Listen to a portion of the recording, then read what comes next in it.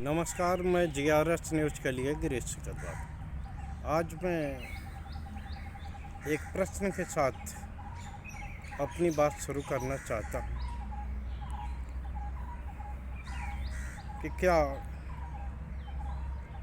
COG report के आधार पर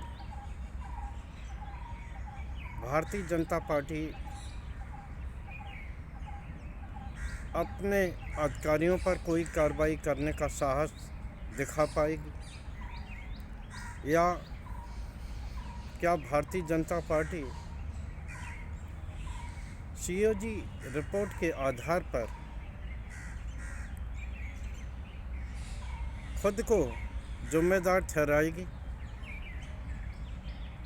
ये प्रश्न उत्तर प्रदेश से जुड़ा हुआ है, जहाँ पे योगी आदित्यनाथ की बुलडोज़र वाली सरकार है। हालांकि बुलडोज़र को लेकर सुप्रीम कोर्ट ने किस प्रकार उत्तर प्रदेश सरकार को कड़ी फटकार लगाई है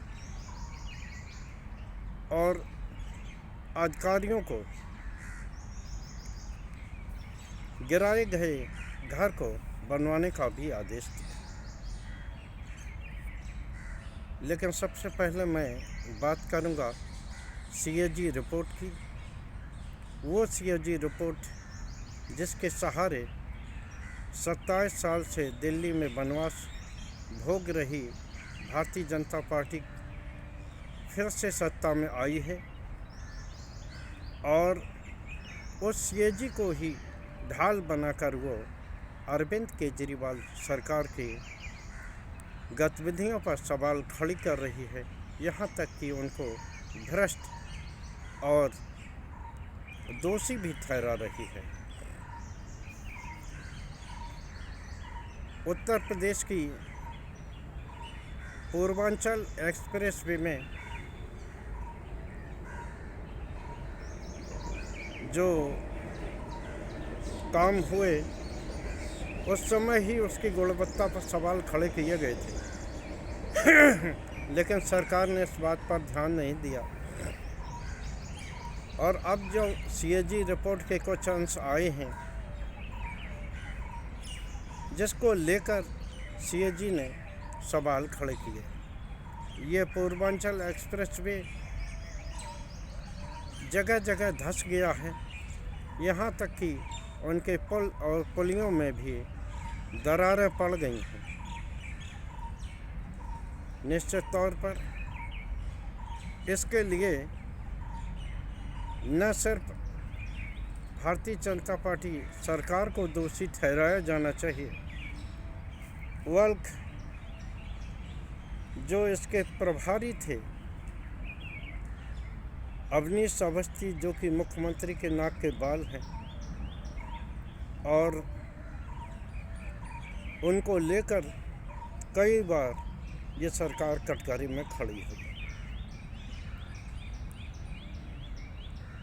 क्या भारतीय जनता पार्टी सरकार अब इस COG रिपोर्ट के आधार पर अपने अधिकारी पर कोई कार्रवाई करने वाली है, या वो जिम्मेदारी लेते हुए प्रदेश की जनता से माफ़ी मांगेगी कि आखिर कितना घोटाला इस एक्सप्रेस वे में हुआ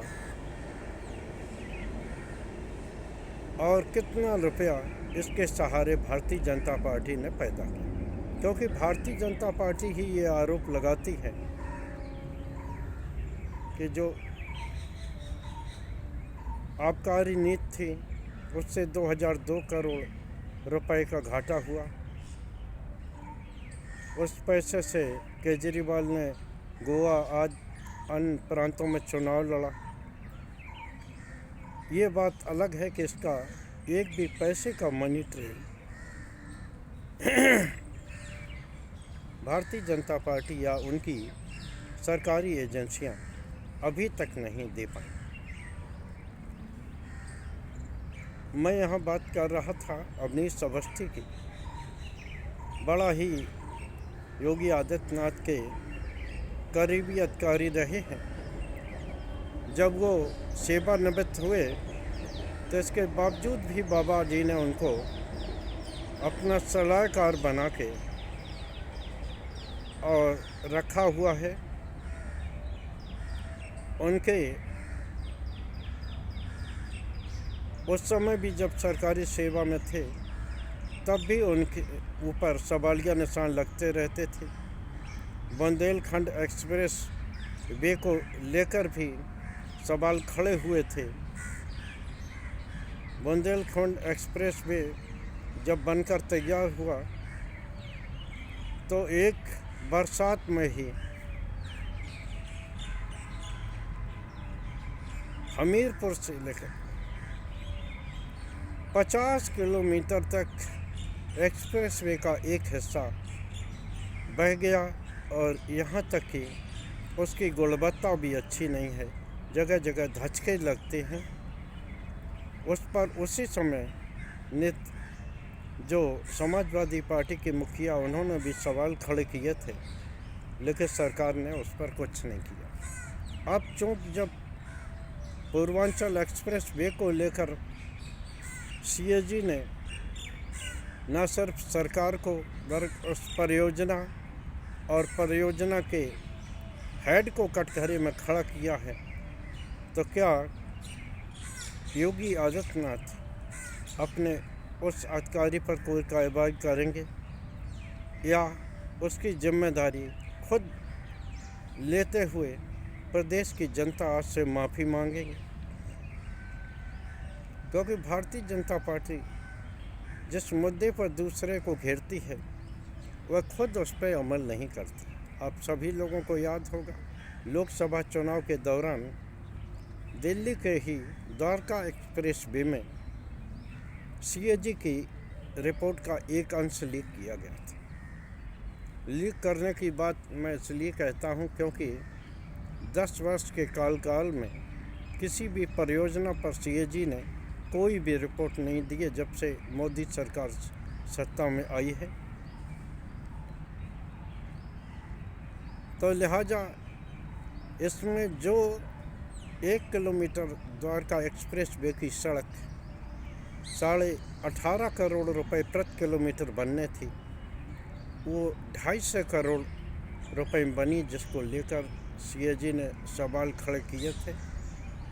और उस सवाल के आधार पर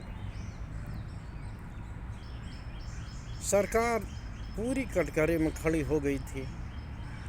लेकिन बाद में जैसे ही चुनाव परिणाम आए तो भारतीय जनता पार्टी उस सीएजी रिपोर्ट को भूल गई और न ही उस पर उसने कोई जवाब देने की कोशिश की। जबकि दिल्ली को लेकर वहाँ के मुख्यमंत्री रोज़ एक सीएजी रिपोर्ट रखती हैं